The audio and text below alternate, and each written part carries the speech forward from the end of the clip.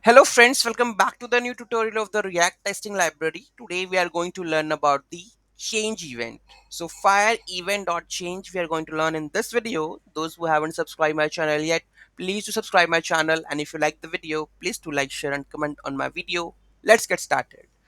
So this function or this event simulates changing the value of an input field. So whenever you type anything in the input field, that will gonna be trace it out with the help of the fire event.change.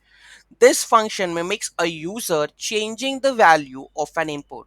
When you do changing the value of an input field, whether it's to be a text input, text area, okay, it dispatches a synthetic change event to the element. So whenever do something in the input field, there is a change in that event, updating its internal state with the provided new value. It is crucial for testing how your component reacts to the user input.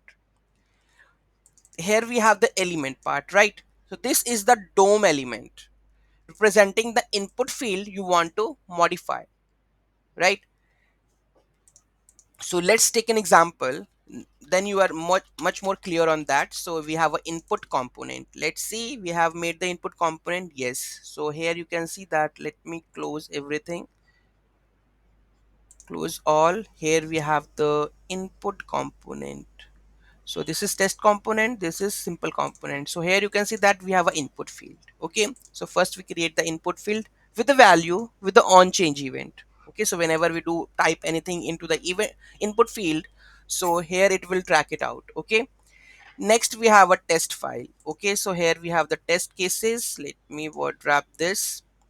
So what we have done, so here we have a test input change updates value. So first of all we have a mock change handler. So what exactly it is, I will explain you.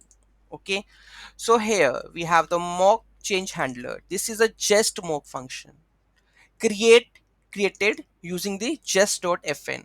We are using it to the simulate the on change handler function. So why we are using it?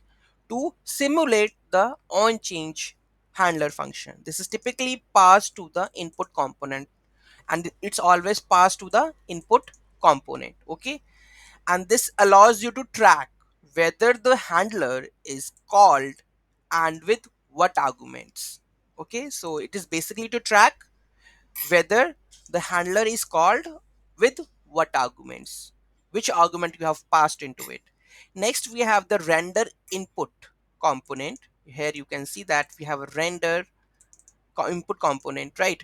So render input component with value with on change mock handler, this renders the input component. Definitely it's a render. Okay, so it will render the input component with the initial empty value and mocked on change handler. So here we have a mocked on change handler.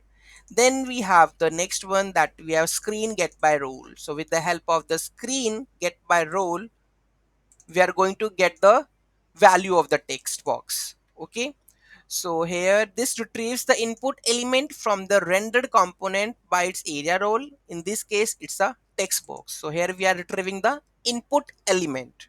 Okay, so retrieve that one. Then we have a fire event dot change. So whenever we type something into the input field, it stimulates a change event on the input element, setting its value. Definitely when we do something writing into the input text box, definitely it sets the value to the new text. So here you can see that when we do the change, so the target value would be the new text. Okay, next we have a expect mock change handler to be have been called. So how many times it will called?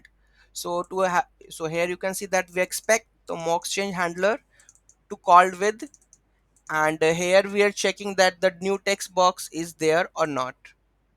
Okay, and the last, here we are expecting the text box to have the value of the new text. If the value should be in the new text, then it pass the test case, else it will not. So this expects that the input element with the role text box now has a value of the new text. This asserts that the DOM has been updated correctly after the change event. Okay, so here we have find out the test cases. So basically it's a, whenever you have the in writing something in the input box, so this test case fireEvent.change, then you can apply on it and resolve your test cases according to it. Okay, so this is that one. So basically this is fireEvent.change. Okay, so with the help of this you can add the test cases into your React application. Okay, so any doubt, any query in that, do let me know in the comment section. Thank you so much for watching this video. Have a great day.